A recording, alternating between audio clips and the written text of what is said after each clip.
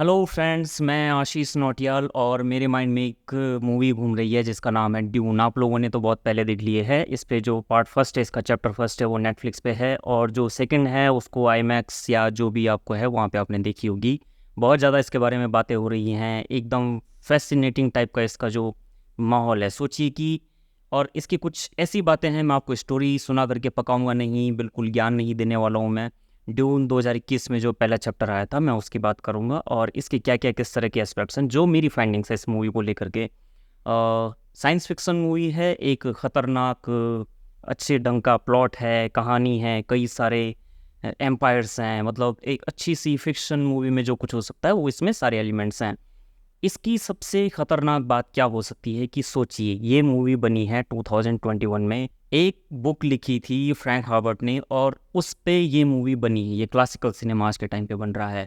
और अगर क्या होगा अगर मैं आपसे कहूँ कि अगर आपने लॉर्ड ऑफ रिंग्स देखी होगी, आपने हैरी पॉटर देखी होगी, आपने एवेटार देखी होगी और हॉबिट वगैरह जैसी ये सब मूवीज़ हैं, और अगर मैं आपसे कहूँ कि ड्यून तो इन सब की भी बाप है, यहीं से सब कुछ निकला हुआ है, तो आपको भी थोड़ा बहुत हैरानी तो होगी। साइंस फिक्शन की जो जो जॉनरा है जो हॉलीवुड में, उसमें एक क्लास मूवी है, बहुत ही अच्छे से फिल्माई हुई है। थोड़ा सा मैं इसमें बता देता हूँ कि ये कैसे बनी है। जो डेनिस विल्नोव है, आपने देखा होगा साइंस फिक्शन में तो जो डायस्टोपियन मूवीज़ होते हैं उसके सबसे खतरनाक किंग किस्म के ये डायरेक्टर हैं। उन्होंने ही इसका निर्देशन किया है और 2021 में बनी थी ये मूवी। एक नोवेल से ली गई है, ये मैंने आपको बता दिया है। इसमें बेसिकली जो, अगर हम थोड़ा सा इसकी स्क्रिप्ट पे बात करें तो ये एराकिस एक एक रेगिस्तान है। ये आज की बात नहीं हो रही, ये बहुत साल बाद की फ्यूचर में ये मूवी घूमती है, वहीं पर सारी कहानियाँ होती हैं। और एक रेगिस्तान है अराकिस नाम का, जहाँ पे कई सारे एम्पायर उसको वहाँ पर अपना प्रभुत्व चाहते हैं। किस लिए चाहते हैं? वहाँ पे स्पाइस नाम का है एक मटेरियल वहाँ पे मिलता है, जो वहाँ का क्रूड ऑयल टाइप का है, कि वो जिसको मिलेगा उसके पास पावर होगी, उसको उसके पास कुछ सुपर नेचुरल पावर आ जाएंगी, वो जो कुछ है। तो स्पाइस इसके मूल में है। इसे आप ऐसे समझ लीजिए कि जैसे नक्सलाइट्स कहते हैं कई बार, या एवटार में जैसा दिखाया गया था कि एक ग्रह है जहाँ पर बहुत ज़्यादा इवॉल्व सोसाइटी है, और एक ग्रह है जहाँ पर उनको कुछ रिसोर्सेज मिल रहे हैं। अब सारे एम्पायर्स की नज़र लगी हुई है कि हमें तो जाना है एराकिस पर। एराकिस में जो सबसे पावरफुल जो घराने हैं, जिन जो अपनी उसको जागीर समझते हैं, वो लोग हैं। ये पूरा पूरा एक तरह से इम्पीरियल फैमिली से मिला। जैसे आपने गेम ऑफ थ्रोन्स मैंने बताया, वो देखा होगी। हर किसी को अब अपना प्रभुत्व दिखाना है, साम्राज्य दिखाना है, और साम्राज्यवाद की ही कहीं कहीं ये लड़ाई है। हीरोइज्म है, फेथ है, बिलीफ है, उन पर क्या बातें हैं, इसकी फाइंडिंग्स क्या हैं। स्टोरी मोटा मोटी ऐसी है कि एराकिस का मैंने बताया, इसमें स्पाइस नाम की चीज़ है जिस पे हर कोई अपना कंट्रोल चाहता है। पॉल एट्राइड्स है जो इस फिल्म के मुख्य किरदार हैं, जो हीरो है इस फिल्म का, वो हैं। और उन्हें पता चलता है कि उनका जो भाग्य है वो तो इस ग्रह से जुड़ा हुआ है। वहाँ पर आ रहे हैं जहाँ पर कि पहले से रहते हैं फ्रीमैन। वो बहुत कम लोग हैं, उसमें कुछ बिलीवर्स हैं, कुछ उसमें बिल्कुल फंडामेंटलिस्ट हैं, कुछ एथिस्ट हैं, सबकी अपनी अपनी फिलॉसफी है। और इसमें कई तरह के, जैसा कि पृथ्वी से भी कई अलग किस्म के, एक मैंने कहा डायस्टोपियन सोसाइटी है, और कई तरह वहाँ पे रेतीले हैं, जैसे हम रेगिस्तान देखते हैं, उसके अलावा वहाँ पे कुछ भी नज़र नहीं आता है। दो हरकोनिन और जो एट्राइड्स हैं उनका यहाँ पर संघर्ष दिखाया गया है। तो जो पॉल एट्राइड्स है वो हीरो है, और उसका वाजिब सी बात है कि संघर्ष शुरू होता है हरकोनिन से, और सत्ता के लिए ही, क्योंकि जो पॉल एट्राइड्स हैं उसके पापा के साथ विश्वासघात किस्म का हो गया था, उन्हें मार दिया जाता है। और पॉल एट्राइड्स को ही वहाँ का जिम्मेदारी उसके पास आनी होती है। लेकिन ऐसी ऐसी चीज़ें होती हैं, जैसे मैं बता रहा हूँ कि हीरोइज्म, जिस उस रेगिस्तान के लोगों का ये यकीन है कि कोई मसीहा आएगा और वो उनको बचाएगा। ये, और जो मसीहा है पॉल एट्राइड्स, वो कहता है कि नहीं नहीं, ऐसा तो कुछ हो ही नहीं, अक्सर जैसा होता ही है, उसे अपनी शक्तियों का आभास नहीं है। धीरे धीरे वो इवॉल्व होता है और सडनली हर किसी का विश्वास जुटता है, फेथ होता है कि हाँ, हमारा लीडर, हमारा मसीहा आया, उसने हमारी लाइफ बेटर कर दी। जो हम पे जो कुछ भी परेशानियाँ आती थी वो पूरी तरह से पावर गेम है, और उसी के आसपास वो सब चलता है। अब ये कहानी पॉल एट्राइड से शुरू होती है। जो ड्यून, जो आकाशगंगा है, उसमें जो सबसे शक्तिशाली सेनाओं में से है, उसके लिए लीडर है, उसका बेटा है वो। अब राजा बनने की कतार में सबसे पहले उसी का नाम आना है। अब ये संघर्ष यहीं से शुरू होता है, क्योंकि दूसरे को भी वहाँ पर अपना प्रभुत्व चाहिए। मतलब ये पूरी फिल्म बहुत अच्छे से कंपाइल की हुई, थोड़ा स्लो चलती है, लेकिन आपको कहीं पर भी, क्योंकि बैकग्राउंड म्यूज़िक भी इसमें ऐसा है कि आप बिल्कुल हैंस जिमर का इसमें बैकग्राउंड म्यूज़िक है, तो आप समझ सकते हैं कि किस किस्म का वो दृश्य को बांधने वाली, मतलब पीछे अगर रेगिस्तान की हवा चल रही तो उन्होंने उसको उस तरह से दिया, तो आपको ये ना लगता है ये स्लो है। सडनली एक्शन शुरू होता है, कहीं पे फाइट शुरू होती है, उसको भी उसी तरह से दिखाया गया है। तो एराकी से एक समय पे हाउस हरकोनेन की जागीर हुआ करती थी, लेकिन ये दोनों फिर दुश्मन बनने लगे। अब ब्रह्मांड के बड़े बड़े कुलीन घराने हैं, वैसा बड़ी बड़ी फैमिली हैं, तो टकराव तो अब रेगिस्तान पे नियंत्रण के लिए सबका कंपटीशन चल रहा है। ठीक है, फिर क्या होता है कि हाउस एट्राइड्स को धोखा दे करके और सम्राट के साथ मिलीभगत करके जो जो कमज़ोर करना है अब उसको, कि मसीहा ये नहीं, इससे पहले तो हम ही तुम लोगों की जो वहाँ पे स्पाइस मैंने बताया उसी पर नियंत्रण स्थापित करना है। तो करीब करीब ये सारा ऐसा ऐसा होता है। और जो पॉल एट्राइड्स पे हम वापस आते हैं कि अब उसी में है कि बचाएगा इस रेगिस्तान को, तो ये बचाएगा। उसके लिए जो फेमन हैं जो वहाँ पे रहते हैं, ब्लू आइट, जैसा गेम ऑफ थ्रोन्स में थे, उसमें ब्लू आइट सब नीली नीली आंखें उनकी, वो बताते हैं कि जो स्पाइस है वहाँ का, मैं जो रॉ मटेरियल बता रहा हूँ, उसका जो उससे जो खाता है, उसे जो कंज्यूम करता है या जैसे भी, उसको कुछ पावर मिलती हैं, सुपरनेचुरल पावर। तो फिल्म में कुछ कोटेशंस हैं, जैसे ये अगर सबसे बढ़िया मैं बताऊं तो इसमें बताया कि the mystery of life isn't a problem to solve but a reality to experience. जैसे सोचिए कि आप संघर्ष कर रहे हैं डेली लाइफ में अपनी किसी चीज़ को लेकर के लिए, लेकिन आप कहते हैं कि मुझे इससे समस्या हो रही है, मुझे प्रॉब्लम हो रही है, लेकिन लाइफ कहीं ना कहीं इसी के बीच में ही है, हमें इसको एक्सपीरियंस करना है, यही लाइफ होती है। इस फिल्म में, इस नोवेल का अगर मैं कहूँ तो इस नोवेल में ये बात कही हुई है। और फिल्म को अगर आप देखें तो आर्टिफिशियल इंटेलिजेंस, सोचिए जिस वक्त राइटर ने, जो मैंने बताया, जब ये बुक लिखी, वो सीधे सीधे एआई की बात तो नहीं कर रहे थे, लेकिन अगर आप मूवी को देखेंगे तो पता चलता है कि ये तो संघर्ष जो है, जो कॉन्फ्लिक्ट है, वो ह्यूमन वर्सेस एआई में हो जाता है, मशीन के साथ साथ हो जाता है। और एंड में पता चलता है कि वॉर तो कहीं ना कहीं ह्यूमन ही जीतता है। लेकिन अब ड्यून में, जो ड्यून वो जगह है जहाँ रेगिस्तान है, उस रेगिस्तान को ड्यून कहते हैं, वहाँ पे अब मशीनें नहीं होंगी, जहाँ पे मूवी ख़त्म हो जाती है। तो इसमें अगर आप देखेंगे कि इसमें जो पॉल एट्रेडिस है, हम उसके उसी के कैरेक्टर को अगर हम देखते हैं तो वो हीरो तो है, मसीहा उसको सबने मान रखा है, उसे सपने भी आते हैं, वो अपने फ्यूचर को, अपने आप को देखता है फ्यूचर में कि वो लोगों की लड़ाई लड़ रहा है। उसे जैसे हम कहते हैं कि वो भांपने लगता है कि मेरे साथ 10 दिन बाद ये होने वाला है। उसमें वो एक जो चानी है उसे देखता है अपने सपने में कि मुझे एक खंजर है जो कि मसीहा के पास होना है। ऐसे ऐसे उसे स्वप्न आते रहते हैं, धीरे धीरे कहानी आगे बढ़ती रहती है। उसको अगर देखें तो कहीं ना कहीं अब, क्योंकि जिस पे बहुत सारी जिम्मेदारियां हैं, वो कन्फ्यूज़न में भी रहता है, मोरल कंपास का उसको भटकाव हो जाता है कि मैं जो कर रहा हूँ, मैं यही करने के लिए पैदा हुआ हूँ या कुछ और मुझे करना था, कर मैं कुछ और रहा हूँ। तो अक्सर देखें तो मसीहा लोग जिनके पास इतनी सारी पावर और रिस्पॉन्सिबिलिटी होती है, वो इतने ही कहीं ना कहीं कमज़ोर नज़र आते हैं। हम अगर बात करें, कई बार तो कहते हैं कि लोग कहते हैं कि उसका राहु खराब हो रखा है, लेकिन मसीहा इतने कमज़ोर और डबल माइंडेड हुआ करते हैं अपने फ्यूचर को लेकर के। क्यों? क्योंकि उससे कहा जा रहा है, वो उसको सपने, वो देख रहा है अपने फ्यूचर को बार बार, और वो उसको भटकाने लगता है।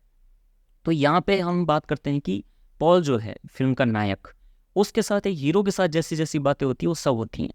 जैसे आपने ब्रूस वेन को देखा होगा बैटमैन मूवी में, वो अपने पिता की डेथ देखता है, जो उसे वो वेल्दी, बहुत ही रिच फैमिली से आता है, उसकी पिता की डेथ हो जाती है। अब उसके पास सब कुछ है, लेकिन एक हीरो होने के लिए एक जो दुख, जो दर्द आदमी के अंदर होता है, अब वो पॉल के अंदर है। उसको एक कॉज मिल गया है एक तरह से, उसके फादर का मर्डर हो जाता है, ये सब इसी थ्रोन्स की लड़ाई के लिए ही होता रहता है। और फिर ये संघर्ष ऐसा ही है कि उसकी माँ, हम जैसे अपनी इंडियन हिस्ट्री को देखें, शिवाजी को हम कहते हैं उनकी माँ जीजाबाई उनकी गुरु थी। कई सारे लोग होते हैं, जैसे आप पीएम नरेंद्र मोदी को देख लीजिए, वो कहते हैं कि वो अंत तक, उनकी पिछले साल ही उनकी माँ का निधन हुआ था, तो तब तक भी वो अपनी माँ से किस तरह से बहुत ज़्यादा लगाव उनका रहा। और एक नायक को बनाने में माँ की क्या भूमिका हो सकती है, पॉल के साथ भी ऐसा ही है। उनकी माँ उनको सिखा रही होती है, क्योंकि उसके अंदर एक सम्मोहित करने की भी शक्ति है, वो वॉइस से, अपनी आवाज़ से किसी को सम्मोहित कर सकते हैं। तो वो भी उसमें दिखाया गया, उसकी माँ उसको सिखा रही थी, समय समय पर थोड़ा थोड़ा करके वो सीख रहा होता है, इन चीज़ों के करीब आ रहा होता है। अब इसमें इसको देखिए, जैसे मैं बता रहा था शिवाजी के साथ जीजाबाई थी, कैसे वो बड़े नायक बने, तो इसमें इस हर छोटी छोटी चीज़ का, जैसे स्क्विड गेम्स एक वेब सीरीज़ आई थी अभी साल 2 साल पहले, तो उसमें भी फ़िल्म अलग चीज़ है और उसकी फ़िलॉसफ़ी एकदम अलग चीज़ होती है।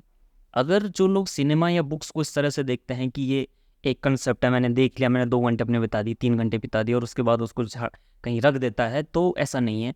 मूवीज़ को एक बार उस तरह से कंसिडर कर सकते हैं, लेकिन क्योंकि ये मूवी किसी बुक से ही, किसी नॉवेल से ही, बहुत अच्छे नॉवेल से जनरेट हुई है, तो उस बुक में एक फ़िलॉसफ़ी है। हम उस फ़िलॉसफ़ी पे ही बात करते हैं, जैसे ही वो जो ड्यून मूवी में हमें दिख जाती है 2021 में, और अभी उसका जो सेकंड पार्ट आया है। इसमें फेथ और बिलीव का बहुत बड़ा रोल है। जैसे जो इसमें स्टील गार्ड्स हैं, जो फ्रीमैन जो वहाँ पर हैं, रेगिस्तान के संरक्षक, जो स्टील गार्ड है वहाँ पर, उन संरक्षकों में से एक, तो वो मान के चलता है हमेशा कि नहीं नहीं, उनके ड्यून, उनके रेगिस्तान की रक्षा, उनके स्पाइस को बचाने के लिए एक मसीहा ने आना ही आना है। उसकी ब्लाइंड फेथ है एकदम, जैसे अंधभक्ति टाइप की जिसको कहते हैं। और वो सडनली देखता है कि वो मसीहा वहाँ पहुँच भी जाता है। बीच में कई सारे ऐसे घटनाक्रम होते हैं कि वो वहाँ पर पहुँच जाता है। तो इसका एक रीज़न भी है कि जो फ्रेमेन है वो सदियों से होपलेस किस्म का स्ट्रगल कर रहा है अपनी ज़मीन के लिए, उसको बचाने के लिए, और वो कुछ नहीं रहा था। ये मूवी इसी का ही फाइनल फ्रंटियर आप कह सकते हैं कि किस तरह से वो कई सालों का संघर्ष है और आखिर उसमें कहीं ना कहीं इसको विराम तो देना ही है। अब अराकिस जीत लिया जाएगा, ठीक है, तो इसी के आसपास ये सारा संघर्ष है। और पॉल भी उस टाइम, अगर पॉल को देखेंगे तो वो भी अकेला था। एक तो अकेला, और दूसरा उसको पता भी नहीं कि वो क्या करने के लिए पैदा हुआ है, और सपने उसको आ रहे हैं भ्रमित करने के लिए कि नहीं नहीं अच्छा मेरे साथ तो कुछ ऐसा होने वाला है, उसको उसका भी कोई क्लू नहीं है। तो इसमें अगर देखेंगे पॉल की इमेज को, अगर हम उसका समीक्षा करते हैं, पॉल एक करिज्मेटिक लीडर है, और एक लीडर किस तरह से चेंज ला सकता है सोसाइटी में, ड्यून मूवी में हम उसको बहुत अच्छे से देखते हैं। मतलब लड़ना, संघर्ष करना वो तो चलते आ रहा था सदियों से, लेकिन सडनली एक पॉल वहाँ पर आता है, और उसके आने के बाद से ड्यून में जो ये फ्रेमेन है उनकी लाइफ कैसे बदल जाती है। वो सोचने लगते हैं कि नहीं नहीं, अब कंक्लूजन नज़दीक है, अब ये संघर्ष बहुत ज़्यादा नहीं चलने वाला है, अब पॉल आएगा, और उनकी जो फेथ है पॉल में, वो जो मसीहा है वो आ गया है, और भैया ये तो करने वाला है सब कुछ ठीक उनकी लाइफ में। तो ये होपलेस टाइप की तरह जी रहे थे कि मतलब एंडलेस स्ट्रगल चल रहा है, लड़े जा रहे हैं, लड़े आपस में भी कभी कभी लड़ ले रहे हैं। तो वो जो एटीट्यूड बदलता है बॉल की उनकी लाइफ में आ जाने से, और जो विनिंग माइंडसेट होता है ना कि वो हमें तो अब जीतना ही हम तो अब जीतते ही जीते हैं इस गेम को, वो पॉल के आने के बाद जब वो वहाँ पर पहुँचता है, और पॉल कहता है कि पॉल उनसे कह रहा है कि मैं वो नहीं हूँ जो मसीहा तुम सोच रहे हो, मैं सिर्फ पॉल हूँ, मैं मसीहा नहीं हूँ, मुझसे बहुत ज़्यादा होप करने की ज़रूरत नहीं है। लेकिन स्टिलगार उससे कहता है कि आप ज़रूरत से ज़्यादा हम्बल हो रहे हैं, वरना मसीहा तो आप ही हैं जो सेवियर, जो उनको बचाने के लिए आ रखा है। लेकिन यहाँ पे अगर मैं बताऊँ तो कभी कभी इस तरह के जो स्टिलगार की जो भक्ति है पॉल में, वो भी कभी कभी ख़तरनाक साबित हो सकती है एक मसीहा पे ट्रस्ट करने से। आप स्टिलगार को अगर मैं बताऊँ तो इंडिया की पॉलिटिक्स से मैं बताता हूँ, राहुल गांधी हैं, उन पे बहुत ज़्यादा फेथ, अगर उनके आसपास के लोगों को आप देखें, वो उस फैमिली, नेहरू गांधी फैमिली, उसी के आसपास उनकी कहानी घूमती है। बड़े बड़े सीनियर लीडर हैं, लेकिन उन्हें लगता है कि नहीं, मसीहा तो राहुल गांधी ही है। अंधभक्ति एकदम, उसके बाहर वो सोच ही नहीं पाते हैं। इसलिए हुआ क्या कांग्रेस के साथ, वो हम सभी देख रहे हैं। लेकिन इसका एक एस्पेक्ट ये भी है कि इतनी फेथ के बाद, अगर स्टीलगार्ड जैसे लोगों की फेथ के बाद कभी कभी कोई पप्पू भी मसीहा बन जाता है, ये इसका दूसरा है। लेकिन ठीक है, पोलो कोएल्हो ने तो कहा है कि फिक्शन और रियलिटी में एक फ़र्क होता है, कि जो रियलिटी होती है वहाँ पे things need to make sense. मतलब वहाँ पे आप हवाई बातें नहीं करते हो, वहाँ पे वो देख रहे होते हैं जो जो वास्तव में घटित होना होता है। तो ये मूवी में आता है, कंसेप्ट आता है कि जो फंडामेंटलिस्ट हैं, एथिस्ट हैं, कुछ नॉन बिलीवर्स हैं कि नहीं नहीं, फ्रेमेन में भी दो तरह हैं। एक हैं जिन्होंने मान लिया है कि मसीहा आएगा और वो उनकी लाइफ बदल लेगा। दूसरा है जिन्हें लगता है कि हमें तो सिर्फ वॉर लड़नी है, हम किसी के भरोसे नहीं बैठ सकते हैं। तो ये एक तरह की मैसेजिंग भी है कि आप देख लीजिए, अगर मैं हिंदू धर्म की बात करता हूँ तो हम कहते हैं कि भगवान विष्णु ने जब जब धर्म की हानि हुई पृथ्वी पर, वो आए, उन्होंने अवतार लिया मसीहा के रूप में और लोगों को बचाया। ऐसा ही ड्यून में भी है। अब ये सोचिए, हॉलीवुड कितना ज़्यादा, ऐसा तो नहीं है कि ओपनहाइमर आप लोगों ने देखी होगी कि आई एम डेथ, और पता चला कि वो तो गीता पढ़ रहा था, गीता को कोट कर रहा था वो साइंटिस्ट, और वहाँ से उनको इंस्पिरेशन मिली कि मैं न्यूक्लियर बॉम्ब बना सकता हूँ। तो ऐसा नहीं, मुझे तो लगता है कि ड्यून लिखने वाले ने, जो इसकी मेन बुक थी उसे लिखने वाले राइटर ने 1965 में भी कहीं ना कहीं सोचा हुआ कि हाँ मसीहा कहाँ से होता है, भारतीय जो हिंदू सभ्यता है, सनातन है, जैसे विष्णु भगवान बार बार अवतार लेते हैं मसीहा की तरह फिर लेते हैं, तो इसमें कोई डाउट नहीं कि उनके पास रहा होगा। हाँ हो सकता है वो आज की डेट पे ऐसा कुछ स्टेटमेंट दें, हालांकि एक्नॉलेज कम ही करता है हॉलीवुड या वेस्टर्नर्स की। हाँ हमारी यहाँ के चोरों की मैं बात नहीं कर रहा हूँ, जो म्यूज़िक चुरा लेते हैं, स्क्रिप्ट चुरा लेते हैं, तब करते हैं। एक्नॉलेज करना तो हॉलीवुड में वैसा भी नहीं है। जैसे इसी में मैं अभी मैं रिव्यू देख रहा था तो बता रहे थे कि जो फ्लूट है इसमें हेंस जिमर के साथ म्यूज़िक जो इसमें है, तो उसमें हरि प्रसाद चौरसिया की स्टूडेंट है वो। लेकिन कहीं आप ये बात नहीं सुनेंगे कि वो फ्लूट बजाने वाला वो है, उनका यूज़ किया, उनका शिष्य है वो सनातन के प्रति जो सब। तो हो सकता है मैं वापस इसी पे आता हूँ कि पॉल में जो मसीहा वाला तत्व है वो कहीं ना कहीं इसी तरह से, जैसे हम कहते हैं कि धर्म की हानि हो रही है, लेकिन आपका मसीहा आने वाला है और फिर वो आपको बचाएगा। और ऐसे ही जैसे शशांक रिडेम्पशन मूवी आपने देखी होगी, hope is a good thing perhaps best of the things and no good thing ever dies. तो इसमें भी फेमन है, वो दो धड़े हैं उनके। एक बोलते हैं कि नहीं नहीं नहीं कोई बचाने नहीं आने वाला है, अपनी लड़ाई खुद लड़ो, और वो लड़ रहे हैं, वो काफ़ी टाइम से लड़ रहे हैं। ऐसे ही हम भी कई बार कहते हैं कि नहीं जो सोसाइटी में दंगा फसाद हो रहा है वो लड़ाई अल्टीमेटली गवर्नमेंट क्या करेगी, करना अल्टीमेटली उस पब्लिक को। हाँ लीडरशिप आपको क्या करती है, जो बिलीव करते हैं, लीडरशिप आपको क्या करती है, लीडरशिप आपको चैनलाइज करती है, आपको एक ऑर्गेनाइज्ड तरीका देती है कि इस कैलकुलेशन के साथ आप वहाँ पर पहुँच जाएंगे। और फिर वो फेथ कि ये मसीहा है, इससे तो भैया पंगा लेना ही नहीं है, इस तरह की फेथ। ठीक है, तो अब आप अगर देखेंगे कि एथीस्ट हमारे डेली की लाइफस्टाइल में देखिए ना, आप कम्युनिस्टों को देखिए, जो वो दाढ़ी वाला मार्क्स कहता था कि धर्म तो अफीम है, religion is opium of masses. तो ये क्या कहते हैं कि ये होपलेस करते हैं लोगों को कि लीडर की ज़रूरत नहीं होती है। धर्म जो कहता है कि उसमें एक नायक होता है, फिर वो तो लोगों को देते हैं कि नहीं नहीं नहीं तुमको अपनी लड़ाई खुद लड़नी। तो भाई जब तुमको अपनी लड़ाई खुद लड़नी है तो फिर जो जार के साथ तुमने किया और उसके बाद लेनिन और स्टालिन क्यों आए, मार्क्स को क्यों पूछने लगे लोग, लेनिन को क्यों वहाँ आरती अभी तक सजा के रखी हुई क्रांतिकारियों ने। तो ये आपको ऐसी आइडियोलॉजी की अफीम तो खूब सुंगाते हैं, लेकिन क्योंकि वो लीडरशिप क्या चेंजेस ला सकती है वो आपको नहीं बताएंगे। बोलेंगे एनार्की ही संविधान है, सब लोग अपना अपना सब बस जिसको जहाँ पे मौका मिलता है वो लपेट लो, हम एंटी एस्टेब्लिशमेंट हैं, हम ये कर देंगे, वो क्रांति आ जाएगी, सब कुछ बदल जाएगा। लेकिन अल्टीमेटली जब क्रांति आएगी, जैसे रशिया में आपने देखा होगा, चीन में आपने देखा होगा कि जब वो क्रांति, जब उनके अपने मकसद पूरे हो गए, उसके बाद बिना लीडरशिप की क्या हुआ, वहाँ पे बिल्कुल एनार्की वाली एक्सट्रीम कंडीशन। खुद मार्क्स के हाथ पैर काम गए थे, बाद में बोल रहा था नहीं नहीं मैंने ये वाला मार्क्सिज्म नहीं कहा था। तो फिर लेनिन कहाँ से आया, स्टालिन कहाँ से आया, वो क्यों आए, जब वो पब्लिक को ये कहते रहते थे लीडर नहीं होता। हर किसी को पता है एक लीडरशिप का क्या रोल होता है, क्या इंपॉर्टेंस होता है। तो ऐसा ही इसमें भी है कि जब मसीहा आता है वो लोगों को एक कॉज देता है, एक लीडरशिप देता है, उसके बाद उनकी एक थीम डिसाइड हो जाती है और वो उस जंग को जीत लेते हैं। क्योंकि जो नॉर्मल पब्लिक होती है वो लीड करने के लिए बनी होती है, वो तब तक बदआवाज़ घूमती है। मान लीजिए मैं हूँ, मुझे कोई मोटिवेट नहीं कर रहा है रोज़ के रोज़ कुछ करने के लिए, मैं कॉमन पब्लिक हूँ।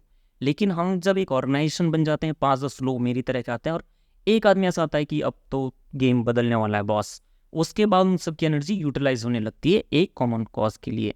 ऐसे ही उसमें जैसे चानी का कैरेक्टर है, वो भी नॉन बिलीवर है, वो बोलता है कि चलो किसी महामानव के आने का हमको कोई फ़र्क नहीं पड़ने वाला है। लेकिन great man of history theory को आप देखिए ना कि कैसे सारा डिस्कोर्स बदल जाता है। आप अलेक्जेंडर को ले लीजिए, आप सीजर को ले लीजिए, या फिर आप नेपोलियन की बात कर लीजिए, और ऐसे ही बाकी जो हिस्ट्री से लेकर के मॉडर्न जो अभी जो चल रही है, पॉलिटिक्स हो गया, लीडरशिप हो गई अलग अलग कंट्रीज़ की, कैसे ट्रूडो बन जाता है कनाडा का लीडर तो वहाँ की क्या हाल हो जाते हैं, केजरीवाल बन जाता है दिल्ली का लीडर, वहाँ की क्या हाल हो जाता है, कर्नाटक में गवर्नमेंट चेंज हो जाती है तो उसके क्या हाल होता है, यूएस में जो पॉलिटिक्स ट्रंप के आने वर्सेस बाइडेन के आने से क्या क्या फ़र्क पड़ जाता है। तो इसको इस तरह से देखिए कि पूरी कम्युनिटी उसके हिसाब से चलने लग जाती है। और स्टीलगर को अगर आप देखेंगे तो उसको 101% यकीन था, ड्यून की मैं बात कर रहा हूँ, कि मसीहा आएगा, फिर वो जो भी पॉल के खिलाफ सारे हाउसेज वॉर डिक्लेयर करते हैं तो पता चलता है वो स्टीलगर ही उस वॉर को लीड कर रहा था। और लास्ट में पॉल मूवी में डायलॉग है भी कि वो कहता है कि लीड देम टू पैराडाइज, और वो सारे लोग एक साथ कहते हैं हाँ, जैसे 300 मूवी बोलते हैं how Spartans what's your profession. अब दूसरा इस मूवी में है, ड्यून मूवी में, कि वुमेन का क्या इंपॉर्टेंस हो सकता है किसी कॉज में। आप पूरी हिस्ट्री को देखिए, कहीं से भी आप इसको अ, उठा करके देख ले कि हिस्ट्री में क्या रोल रहा है। किसी नायकत्व जो कहते हैं कि स्त्रियों की भूमिका उसमें क्या हो सकती है, कितनी कितनी महत्वपूर्ण भूमिका होती है। जैसे यूएस के लेफ्ट में मैं आपको एक चीज़ बताता हूँ, AWFL जो टर्म काफ़ी पॉपुलर है वहाँ पर, एफ्लुएंट वाइट फीमेल लीडर, जो डेमोक्रेटिक पार्टी की सबसे डेडिकेटेड फीमेल वोटर हैं वहाँ पर। तो कह सकते हैं कि किसी विचारधारा को अगर आपको आगे बढ़ाना है तो उसमें महिलाओं की भागीदारी कितनी इंपॉर्टेंट होती है, ड्यून में ये भी दिखाया हुआ है। हर छोटी बड़ी जगह पर वो महिलाएं उनके साथ चलती हैं, उनका बहुत ही इम्पोर्टेंट रोल है। अब जैसे इंडिया के कंटेक्स्ट में देखिए, प्रधानमंत्री नरेंद्र मोदी को देखिए, कितना कितना इम्पोर्टेंट, कितना सबसे अच्छा एग्जाम्पल है कि उनके साथ आप देखिए कि उनका जो कोर वोटर है उसमें सबसे ज़्यादा बुजुर्गों और महिलाओं का उसमें रोल है। पीएम मोदी के साथ जो वो फेथ है ना, जो सपोर्ट है उनका, आप चाहे नीतीश कुमार का एग्जाम्पल ले लीजिए, हमारी हिस्ट्री में आप देखेंगे तो भिखाजी कामा वाले वो देखिए आप एग्जाम्पल्स, किस तरह से कोई भी अगर कोई रीजनल आपके यहाँ होगी, कोई लेडी ऐसी हुई, झांसी की रानी को देखिए, लक्ष्मीबाई को, कितने सारे, ये तो मैं एक दो नाम गिना रहा हूँ, लेकिन महिलाओं की भूमिका देखिए कि किसी किसी कॉज को आगे बढ़ाने में महिलाओं की कितनी बड़ी भूमिका हो सकती है, ड्यून मूवी में इन्होंने बताया है। और ऐसे ही कम्युनिज्म को देखिए, अगर महिलाओं की भूमिका की बात है, आप आज के टाइम पे भी देखेंगे तो जितने कम्युनिस्ट हैं उनके, आप अरुंधति रॉय जैसे फेस हैं, इनको क्यों आगे रखा जाता है या किस लिए दिखाया जाता है कि वृंदा करार जैसे लोग, आजकल CPM, आजकल इलेक्शन हो रहा है, आप देख रहे होंगे कि काफ़ी सारे कम्युनिस्ट नाग ऊपर आ चुके हैं और वो बता रहे हैं कि अब हम बिल्कुल जंग जीतने वाले हैं। जीत कुछ नहीं रहे CPM कम्युनिज्म वाले, लेकिन हाँ उन्हें लगता है कि क्रांति तो आएगी दोस्त, आज नहीं तो कल। तो खैर हमें उनसे अभी मतलब नहीं है, मैं तो ड्यून के बारे में आपको बता रहा हूँ। सिनेमेटोग्राफी अगर इसकी बताएं तो एकदम क्लास है।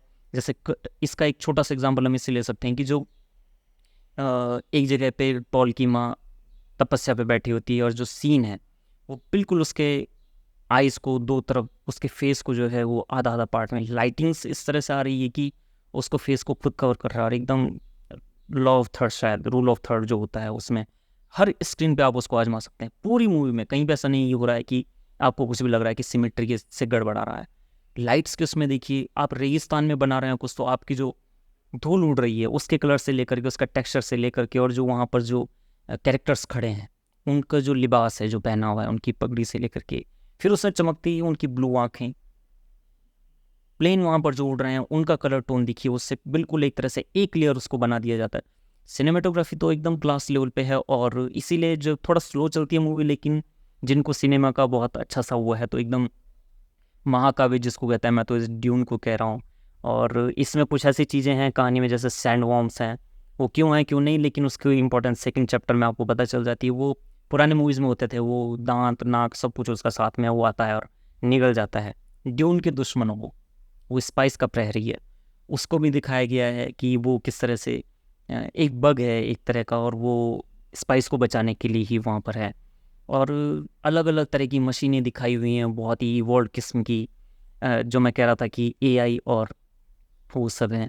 कबीलाई युद्ध होते हैं, कबीलाई सेनाएं हैं इसमें, और फिर खलनायक हैं, गुंडागर्दी है, जैसे लॉर्ड ऑफ द रिंग्स वाले आपको कई बार याद आती है।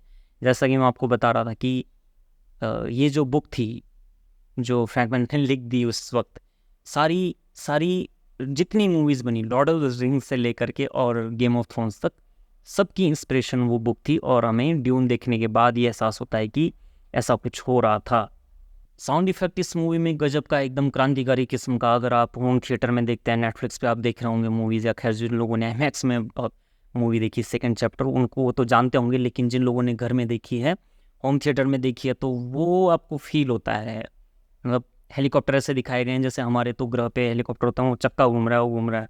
और इसमें दिखाया कि जैसे एक चिड़िया होती है उससे इंस्पिरेशन ले रखी है, कोई पतंगा है उससे इंस्पिरेशन ले रखी है, उसके पंख ऐसे करते हैं। और उनकी जो साउंड है, उनका जो साउंड इफेक्ट है, वो आपको बदलता हुआ फील होता है। इतना माइनर, मतलब keep calm and Hans Zimmer वाली बात है कि हम उन पर रिलाई कर सकते हैं इस चीज़ के लिए। और जैसे इसमें एक और चीज़ है जो मसीहाई वाला मॉडल में बता रहा था, मुझसे स्किप हो जाएगा बाद में, तो मैं बताता हूँ कि हीरोइज्म का कल्चर देखिए ना आपकी किस तरह से, जैसे ट्विटर में देखिए एलोन मस्क के आने के बाद कैसे बदल गया सब कुछ। हर कोई जो, क्योंकि पहले लेफ्ट लेनिंग आइडियोलॉजी ट्विटर पे रूल कर रही थी, सोशल मीडिया पे रूल कर रही थी। एलन मस्क जो कहीं कहीं लोगों को लगता है राइट विंग है, फिलहाल तो राइट विंग है, और जो राइट विंग छोड़िए, वो उन लोगों का दुश्मन हमें लगता है जो हमें अभी तक पीड़ित परेशान कर रहा था। मान लीजिए मैंने कोई ट्वीट कर दिया, मैं बोल रहा हूँ कि अच्छा जैक डॉर्सी वो तो है ही लेफ्टिस्ट यार, क्या करें यार, लिख नहीं सकते यार, बोल नहीं सकते हैं, लिख देंगे तो अकाउंट डिलीट मार देगा, सस्पेंड कर देगा, लेफ्ट लीनिंग सारे लोग हैं। अब कोई हमें ऐसा चाहिए जो ट्विटर पे फ्री स्पीच की वकालत करे, जो जिसमें हमें अपना मसीहा नजर आए। जैसे ही एलन मस्क ने टेक ओवर किया ट्विटर का, जो कि एक्स हो चुका है, सारे लोग बिल्कुल फन फैला करके वहाँ लिख रहे हैं राइट विंग। तो उन्हें लग रहा है कि अब हमारा कोई सेवियर आया है जिसने हमें राइट दे दिया है कि हम ट्विटर पे कुछ भी लिख सकते हैं, बोल सकते हैं, और someone is there who is going to protect our rights. वो एलन मस्क है। ये ऐसा मसीहा का मॉडल है जो ड्यून में भी दिखाया गया है, फेथ बिलीव के साथ कि हाँ अब हमारा ये आदमी है, ये तो वही इनकी क्लास लगाने वाला है।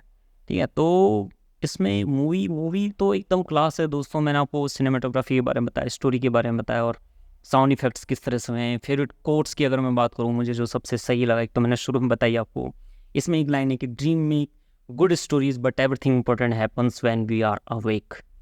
सपनों में जो दुनिया होती है वो हमें बहुत अच्छी लगती है, वहाँ की कहानियाँ भी बहुत ही सपनों की दुनिया जैसे कहते हैं कि हम एक सिंड्रेला लैंड में जीना चाहते हैं या वैसा। लेकिन असल में जो महत्वपूर्ण घटनाएं होती हैं वो हमारी रियलिटी में हमारे आसपास ही हो रही होती है। तो इसको हम इस तरह से देख सकते हैं। जैसे फिर वही है, मैंने आपको बताया कि कुछ ना कुछ थोड़ा बहुत आप जब मूवी देख रहे होते हैं कहीं कहीं पे इसमें वर्ड फ्रेम, जैसे नई दुनिया का बनना, ऐसे ही ड्यून में भी है, रेगिस्तान में भी है, नई दुनिया बन रही हैं और उसमें वॉर हो रही हैं, उसमें एम्पायर सारे भिड़ रहे हैं आपस में। ऐसे ही स्टार वॉर्स की आपको याद आने लगती है, इंटरस्टेलर मूवी का, क्योंकि अब कहीं भी कितना भी करिश्माई कोई म्यूजिशियन हो या कोई भी हो, कहीं ना कहीं ये तो हो ही जाता है। बीच में कहीं कुछ सीन में लगता है कि हैंस जिमर ने जो इंसेप्शन मूवी थी उसका साउंड शायद थोड़ा बहुत घालमेल हो गया है। हो सकता है ये सिर्फ मेरा पर्सनल हो सकता है, मैं मेरा पूर्वाग्रह हो और ऐसा ना हो, लेकिन ये बात तो जो है जो मैंने ऑब्ज़र्व की है। और कहानी बहुत ही ज़ोरदार है, एकदम 101% खरी कहानी है ड्यून की। आप लोग इसको देखिए, नेटफ्लिक्स से इसको देखना शुरू कीजिए। मूवी रिव्यू मेरे अंदर, मैंने जब ये मूवी देखी मेरे अंदर काफ़ी टाइम से था कि मैं इस मूवी पे बात करूँगा, जैसे स्क्विड गेम्स मूवी के बारे में बात करना चाहता था, क्योंकि उसमें कैपिटलिज्म वर्सेस जो सोशलिज्म है उसकी आइडियोलॉजी है। ऐसा ही जब मैं ड्यून देख रहा था तो मुझे लग रहा था कि ड्यून के बारे में इसकी स्टोरी के अलावा भी बहुत सारी चीज़ें हैं जो जिन पे बात की जा सकती है थोड़ा शॉर्ट में। और क्योंकि मैं चलते चलते ही इसको बना रहा हूँ तो मैं चाह रहा हूँ कि आप तक ये पहुँचे, और एटलीस्ट मैं तो इसके बारे में जो कहना मसीहा वाली बातें हैं, वुमेन लेड जो होली वॉर है उसमें महिलाओं की भूमिका है, ये सब तो एकदम ज़बरदस्त टाइप की मूवी है। आप लोग देखिए, मूवी रिव्यू कैसा लगा मुझे ज़रूर बताइए। यूट्यूब पे भी आप मुझे सर्च कर सकते हैं आशीष नौटियाल नाम से, मैं इसको वहाँ भी डाल ही दूँगा। वीडियो बना लिया है तो पब्लिक तो करना ही है। तो इसे धर्म और अधर्म की लड़ाई है, उसमें फेथ और non faith, believer non believers का कंसेप्ट है, थीस्ट एथिस्ट इस तरह की लोग हैं, एक मसीहा है जो बचाता है। और हाँ, मसीहा को लेकर के लोगों के आन कान वो जो कह रहे थे कि यही आदमी है, क्योंकि उन्होंने पढ़ा हुआ है, सुना हुआ है, यही आदमी है जो लीड करने वाला है हमको। जब वो सैंडवर्म जो उसमें, जिसे मैं बता रहा हूँ कि ड्यून का प्रहरी जो है, उसको जब राइड कर रहा होता है तो सबकी आंखें खुली की खुली रह जाती हैं। स्टील गर्ल तो खैर वैसे भी फैन बॉय है मूवीज़ में, इसमें। तो थैंक यू वेरी मच मेरी ये समीक्षा मूवी रिव्यू देखने के लिए, सुनने के लिए। धन्यवाद।